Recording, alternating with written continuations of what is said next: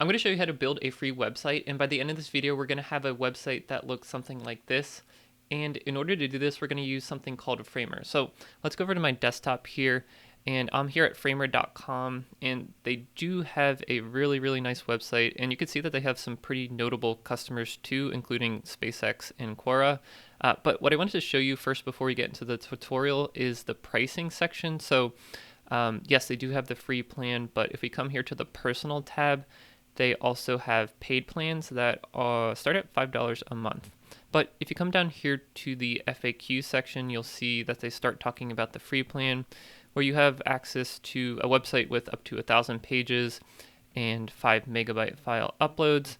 It also does say our free plan is ideal for non-commercial use. I think the reason they say that is because you cannot connect a custom domain name with this plan. You have to use a Framer subdomain. We'll get into that a little bit later on in the tutorial, but for now, let's go ahead and sign up for an account. So we'll click on sign up here, and then I'm going to continue with my email address, and then they're going to send you an email to verify your email address. So I went ahead and did that. Now I'm going to enter my information and agree to the terms of service, click continue, and I'm going to use Framer for personal use. All right, and after doing that, we come to the Framer editor. So we're going to basically, in this tutorial, make 2 pages. One we'll create from scratch, and then one we will make from one of the pre-existing templates that you can find under the pages section here.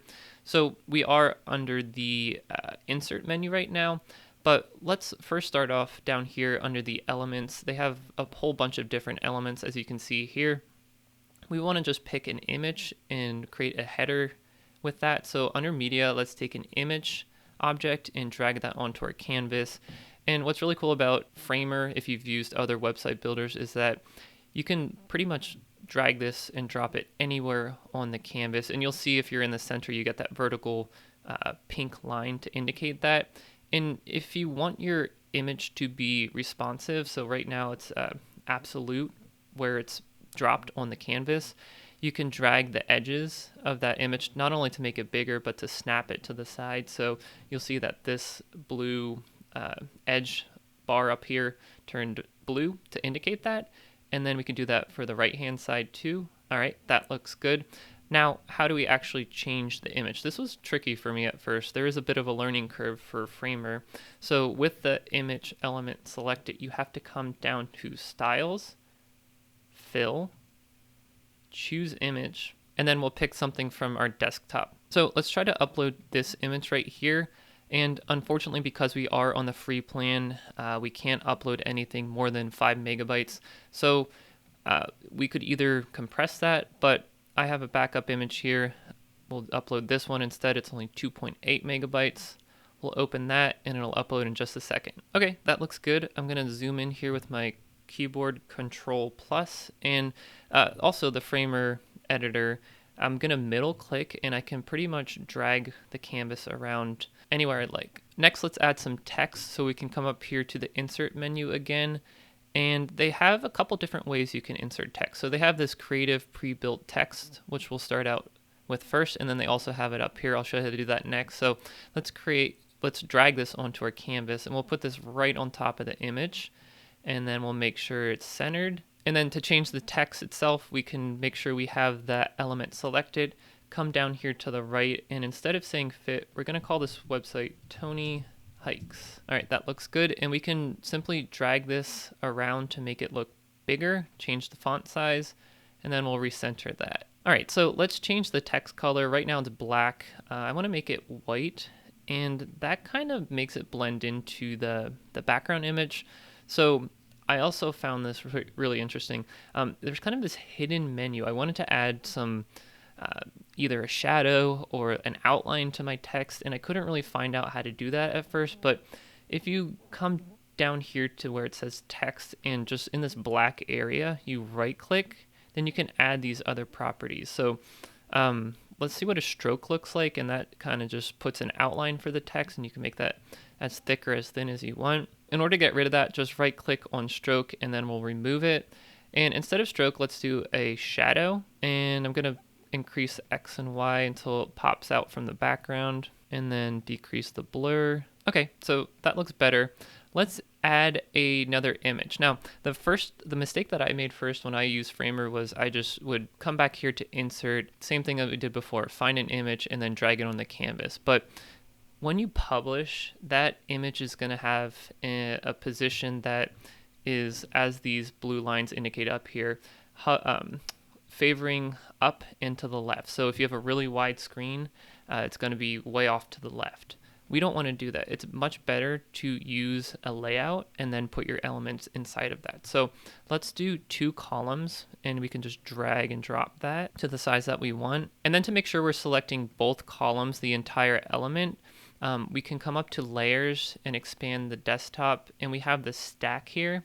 And that, as you can see, we have this entire element selected, and now we can drag that around and make sure we're centered on the page here. There we go. And now we could drag in another image element like we did before, but each element can be converted into an image. So with the left column selected, we come over here to our properties, and instead of the fill being a color, we can get rid of that and add a different fill. And then up here, they're not labeled, but on the right hand side, you'll see that that kind of looks like an image. So we'll click that. And just like before, we can either choose an image from our computer, but they also have plugins. So if you're not familiar, Unsplash is a stock image platform. They have a couple other plugins, but we'll use that one right now. And let's search for, a hiking picture. And there's a bunch of images here. You can scroll for a while and probably still not see all of them. I'm going to pick this one, and that'll upload right to our site. And then for the right column, let's go ahead and add some text. So before we did insert creative and drag our text into here. We'll do that, but I also wanted to show you that you can create text up here. So click on text and then kind of drag and drop, and that ends up being something like a text box. I'll fill that in with some text that I already have. Okay, something like that. And then for this section heading, we can drag this to the appropriate size and make sure that we're in the center here, and then pull this up. Okay, that's looking good. I did also want to point out that for each one of these text elements, you can come into the properties on the right hand side here. And just like, again, if you're familiar with web design, you can have different types of elements like a header 1, header 2, paragraph. So we can, if we like this layout right here, the way it looks, the font, the size, all that stuff, we can assign this as header 1. So then in the future, we can just quickly reuse that header 1 formatting. And the same thing for the paragraph element here. We'll do the same thing. We'll do a new style and assign this to the paragraph. All right, that looks good. Now this is the desktop view, and by default that's the only view. If you wanted to create a view for a tablet, you can simply come up here to the top and add that as well. And what it's going to do is generate that at what do we got, 810 pixels wide. And we're going to have to make some modifications here with our text. All right, that looks good. And then we'll do the same exact thing for mobile phone. And again, I'll make those modifications. All right, that looks good. So we got our mobile, we got our tablet, and we got our desktop. I also wanted to point out that if you wanted to add more content to the page, it does get cut off right here, but it's really easy to increase the size. So make sure you're in the layers section, click on one of your breakpoints, desktop for example, and then all you simply have to do is increase the height. So I'm just clicking and holding on the height, and you can see the pages get a little bit longer. Okay, so that looks good for our first page. Let's go ahead and add a new page. So in order to do that, we can come to our Pages tab here, click this plus button, and do New Page. We'll call this Mount Everest. And as I promised, let's start from a template this time. So up here at the top toolbar, let's go to Insert, Pages, and there's a bunch of different templates that you can choose from. We're going to pick project page, so let's just click on add page. And what that does is gives you these pre-built templates with all the breakpoints for desktop, tablet, and phone. So as you can see here, we can simply change this image like we did before. So click on that element, get rid of the existing fill, add a new one. We'll pick one from the plugin again, use Unsplash, and then we'll see if they have a picture of Mount Everest. All right, let's use this one. And by just changing that one image on the desktop, it automatically updates the views for tablet and phone as well. I'm gonna make a few more changes here to customize the page. All right, this is looking good. The other thing I wanted to show you on this page was the navigation bar at the top, because we do want to link this page to our home page and vice versa. So I'm going to get rid of this completely. So with that element, select it, I'm going to delete it. And then I wanted to show you under the insert menu, they do have a whole section of navigation bars. So they have dark themes and light themes. We're just going to go with the simple light theme now, and we're going to drag that up to the top here. And what's cool about a component like this is you can double click it. And as it says here, components can be reused, which is perfect for a navigation bar. So let me show you how to work with this. So desktop, phone open. Let's zoom in a bit here and we will customize this. So basically, let's get rid of all of these other links. I'm just going to click delete or hit delete on my keyboard for all of these. And let's start out with just a link back to the home page. So with this link selected, we're going to come over here and change that text from features to home. And then up here at the top, we have option for link. So we want to link to the home page. And then while we're at it, let's actually duplicate this link and do the Everest link as well. So with that link selected, we'll come over here, we'll link to the home page, and we'll call that Everest. All right, all the way back up here, let's go back to our Mount Everest page. So here we have our nav bar with home and Everest. But if we go back to our pages and go to the home page, that bar is not here yet. So how do we get that over there? Well, we can simply come back over to the Mount Everest page and highlight that element.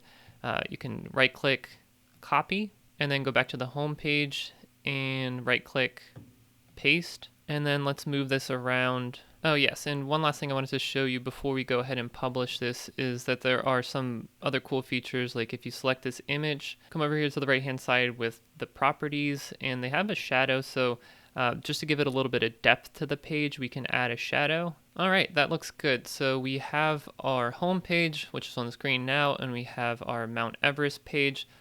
Up here at the top, let's publish our website. So I'll click the publish button. And down here at the bottom, it says the project has been published to this random domain name. Let's change that. So if we come up here to the upper left-hand corner and go to site settings and then domains, we'll see that random URL that it assigned us at .framer.app. We can change that, get a free Framer subdomain. Let's change that to tonyhikes.framer.website, see if that's available. It is, and that is now our new URL. So let's click on that and see what our website looks like. And there you go. Like I said earlier, this is a pretty wide screen, so things are spread out more.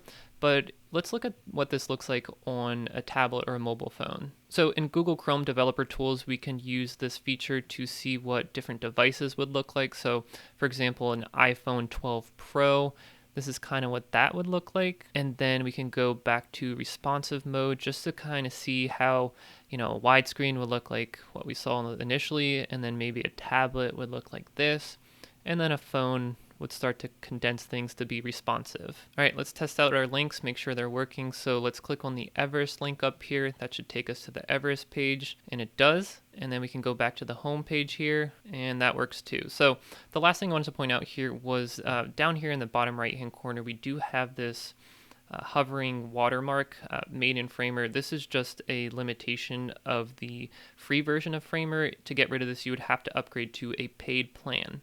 On the screen here are some of the limitations we encountered with Framer's free web hosting, and if these are deal breakers for you, I want to make you aware of another web hosting option called Elementor that gives you hosting with unlimited pages. You can register your domain name anywhere you'd like, and you won't have watermarks on your website. Even if you did choose to go with a paid Framer plan, you're still locked into the Framer ecosystem, which is quite powerful and dynamic as you saw, but Elementor is a bit more intuitive, and it's built on an open source platform called WordPress. Elementor is powered by the Google Cloud Platform, has dozens of drag and drop widgets that allow you to customize your website in really neat ways, and also a robust integrated AI website builder that can not only build your entire website for you, but also help you along the way with content generation. Elementor is the sponsor of this video, and I have a link for you in the description below to get you started.